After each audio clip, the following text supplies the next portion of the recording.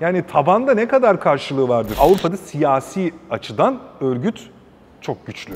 Şimdi neticede nihai olarak PKK'nın uzun vadeli stratejisi 4 parçalı Kürdistan'ı kurmak. Sofya Nurettin Sarı, o da zaten Suriye'deydi. Milli İstihbarat Teşkilatı'nın bir operasyonuyla öldürüldü. İçeriye geçmeden yalnızca birkaç saniyenizi alacağız. GZT olarak yaptığımız işi önemsiyoruz ve çok çalışıyoruz. Amacımız da GZT YouTube kanalını 1 milyon aboneye ulaştırmak. Bu da sadece sizin katkılarınızla mümkün. Abone ol butonuna tıklayarak 1 milyon yolculuğumuzda Bize destek olabilirsiniz. Bir kişiden ne olur demeyin. bizim için çok önemli. Şimdiden teşekkür ediyor. Ve hemen içeriye dönüyoruz. Başlayalım.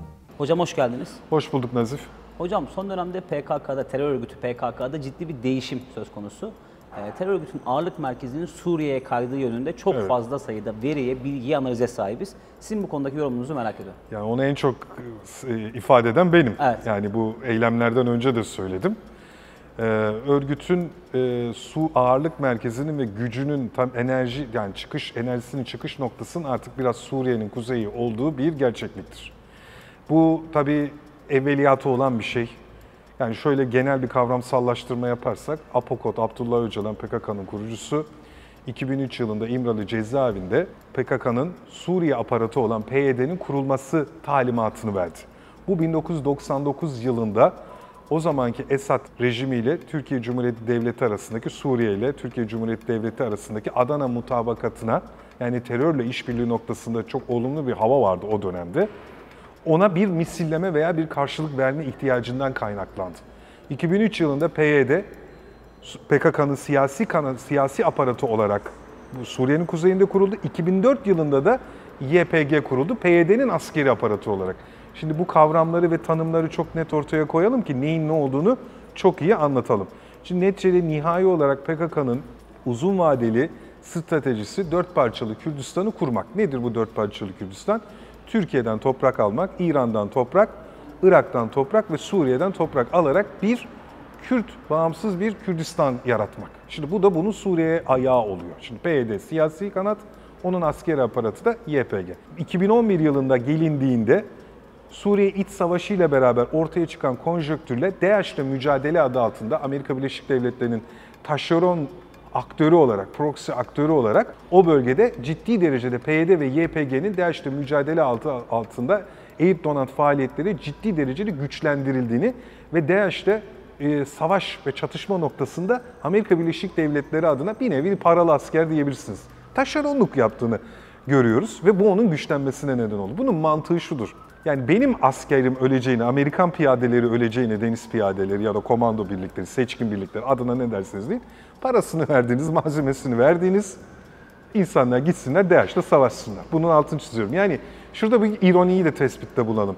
Sol ve sosyalist bir ideolojiye sahip olduğunu iddia eden bir örgüt yapısı, dünyada kapitalizmin ya da emperyalizmin ana temsilcisi olan veya bu şekilde şeytanlaştırılan bir uluslararası aktörün, küresel bir gücün açıkça taşeronluğunu yapıyor.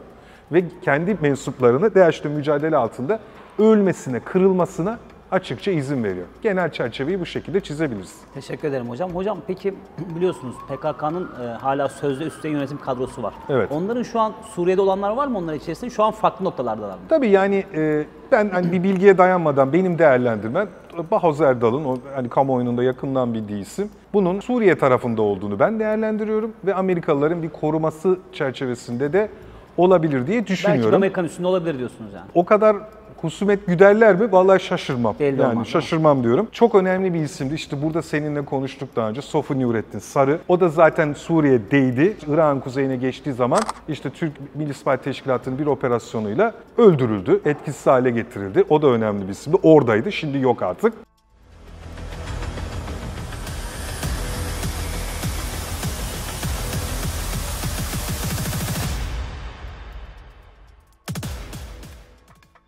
Bu taraftaki Murat Karayalan'ın daha derinlikte ve Irak'ın kuzeyinde olduğunu düşünüyorum. Diğer işte Cemil Bay'ın biraz daha İran sınırına doğru olduğunu düşünüyorum. Bülent Karasu'dur, Sabri Ok'tur, Duran Kalkan'ın da yine derinlikte ama Irak'ın kuzeyinde olduğunu ama daha derinlikte olduğunu düşünüyorum. Çünkü bu Türkiye'nin SİHA'larının etkisinden kaçmak için bir mecburiyet. Örgütün üst düzey yönetimi açısından. Hocam peki PKK terör örgütü Türkiye'deki askeri varlığını tırnak içerisinde biraz Evet. kaybetme yoluna mı gitti? Şöyle Öyle yani, bir halde mi yani? Şimdi şöyle kavramsallaştırayım. Şimdi terör literatürüyle konuşalım. PKK'nın askeri aparatı HPG. Askeri kanadı yani diyelim. Askeri kuvveti demeyelim, şey demeyelim yani. Askeri aparatı HPG. HPG'nin Türkiye içerisindeki silahlı yapısının ciddi derecede azaldığı, o sayıların Türkiye Cumhuriyeti Devleti'nin resmi makamlarınca belirtilen sayıların gerçekten öyle olduğunu düşünüyorum. Çünkü örgüt Türkiye içerisinde o eskiden olduğu gibi geniş çaplı eylemleri yapamıyor. Üst bölgesi Türkiye içerisinde basamıyor. İşte karakol yapamıyor, değil mi? Baskın yapamıyor. Çünkü toplanamıyor. Yolları yine orada hatırlarsınız. Yol kesemiyor. Çünkü yani Türkiye'nin İHA ve SİHA'larından dolayı görüntü verecek. Çünkü neticede bir örgütçünün bir üst bölgesini veya karakolu basması için 200-300 kişilik de oranın etrafında toplanması lazım. Öyle değil mi? Bu toplantı eskiden öyleydi. Şimdi toplandığı zaman görüntü veriyor, toplanamıyor. Küçük gruplar halinde gezmek zorunda kalıyor. Küçük gruplar halinde gezmesinin yanı sıra pek fazla hareket edemiyor, mağaralarda kalıyor. Yani bu da eylemsizlik anlamına geliyor. Şimdi yol kesseniz bir insanın 1 saatte yürüyeceği kilometre belli.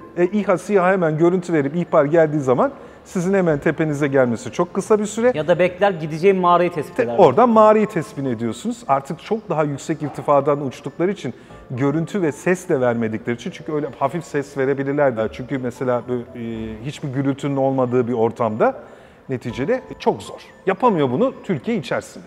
Peki hocam PKK Suriye'deki iç savaşın ortaya çıkardığı o olumsuzlukları, kaos ortamını değerlendirmek için mi Suriye'de, yoksa gerçekten bu onlar için önemli mi yani orada? Mecburiyetten de biraz aslında. Çünkü orada Amerikalılarla girilen bu taşeron ilişkisi kapsamında Amerikalıların bir koruması da sağlanıyor. Mesela Türk Silahlı Kuvvetleri'nin operasyonlarından birazcık kaçma noktası da var. Yani Amerika'nın korumasından dolayı.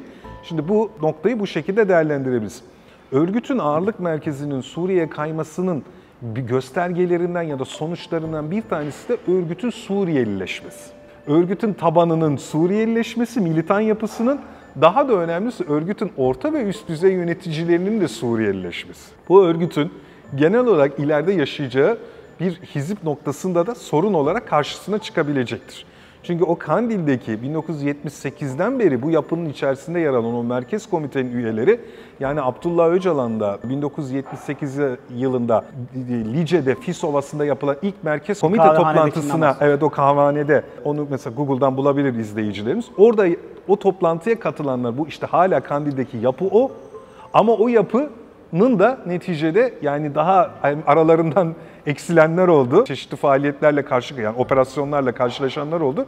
Yani bu yapının eski usul ve eski geleneklere bağlı bir şekilde örgütü kontrol etmeye devam ettiği, ama örgütün alt tabanındaki Suriyelileşmenin yönetici kadrolarına doğru da yansıdığını biz çok net şekilde görebiliyoruz. Bu örgütün Suriyelileşmesi ağırlık merkezinin Suriye'ye kaymasıyla da doğrudan orantılı. Şimdi burada bir de önemli bir figür var. Ferhat Abdişahin, Mazlum Kobani Kod. Şimdi bu Amerika Birleşik Devletleri'nin bir stratejisi var. Suriye Demokratik Güçleri adı altında bir oluşum. DAEŞ'le mücadele adı altında kurulmuş Suriye Demokratik Güçleri diye bir yapı var. Bunun askeri yapının %80-90'ını YPG oluşturuyor. %5'lik 10'luk kısmını da göstermelik olarak işte Arap kökenliler, işte başka etnik gruplardan insanlar, sanki hani DAEŞ'le bir koalisyon mücadele ediyormuş gibi bir görüntü var. Bunun lideri de komutanı da işte bu isim. Mazlum Kobani.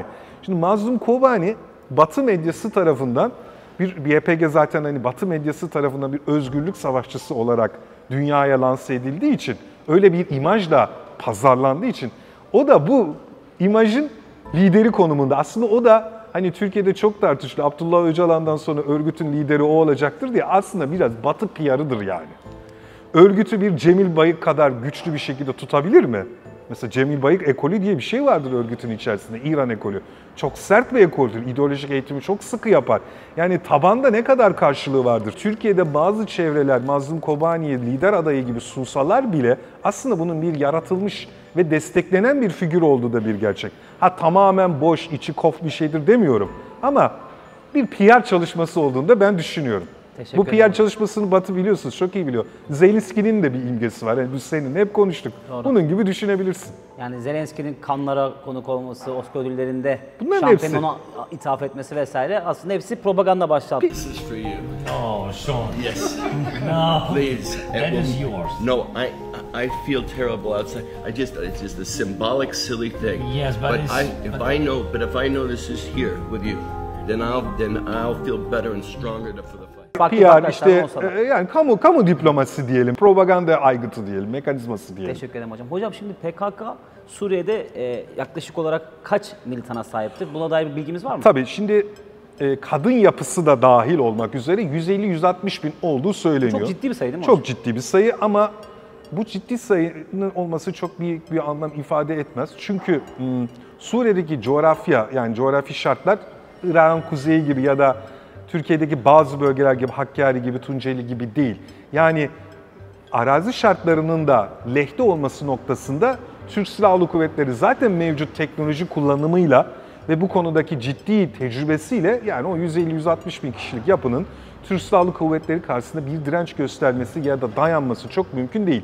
Burada bu faaliyet sırasında yani Türkiye'nin bir operasyon sırasında kazılan tüneller, o tüneller sorun yaratabilir, canımızı yakabilir ve meskun mahalle edecekler. Onlar sorun yaratabilir ama son noktada mümkün değil. Yani o çok önemli değil yani. Yani o sayı ne olursa olsun Türk Silahlı Kuvvetleri'yle baş edecek durumda değil. Ama bu bakın ben her zaman söylüyorum. Asla ve asla hasmınızı ve rakibinizi küçümsemeyeceksiniz. Her zaman tedbir, ondan sonra hareket. Teşekkür ederim hocam. Küçümsemek yok. Hocam bir de son olarak PKK'nın Avrupa yapılanmasını konuşalım. Avrupa'da güçlü mü şu anda PKK? Tabii Avrupa'da siyasi açıdan örgüt çok güçlü. Yani bir kamuoyu ve diaspora oluşturması noktasında. Suriye'deki silahlı yapıyı da besleyen bir şey değil mi? Siyasi Tabii güç. o hem militan yapısı olarak, kısmen militan yapısı olarak ama asıl oradaki yapı bu propaganda mekanizmasının işletilmesi noktasında Avrupa kamuoyunun, Batı kamuoyunun Türkiye aleyhtarı, PKK taraftarı şeklinde örgütlenmesi noktasında o Avrupa'daki örgütlenmenin siyasi yapının katkısı büyüktür. O imgenin ve imajın yaratılması noktasında. Bizim için PYD, YPG terör örgütü ama Batı'da maalesef birçok insan ve toplumda söz sahibi olan insanlar veya siyasetçiler açısından bir özgürlük savaşçısı. Bu da bir realitedir. Peki hocam terör örgütü PKK Suriye'de ciddi bir yapılanmaya Evet. ulaştı. Ciddi bir sayıya ulaştı militan yapısı anlamında. Türkiye'de bu sayının epeyce azalması nasıl değerlendiriyorsunuz? Burada mücadele yöntemlerimiz mi değişti? Daha net ve sert bir mücadele süreci mi var? Tabii ki askeri mücadelenin daha sıkı ve sert tutulması ama mevcut teknoloji kullanımı özellikle de SİHA, İHA etkisi. Gerçekten SİHA etkisi diye bir şey var. Oyun değiştirdi değil mi Evet, hocam? oyun değiştirdi. SİHA'lar önemli şeyler. Yani stratejiyi etkiledi. Ciddi boyutta. Teşekkür ederim hocam. Rica Eklemek ederim. istediğiniz bir şey var mı? Yok, çok teşekkür ederim. Sağ olasın.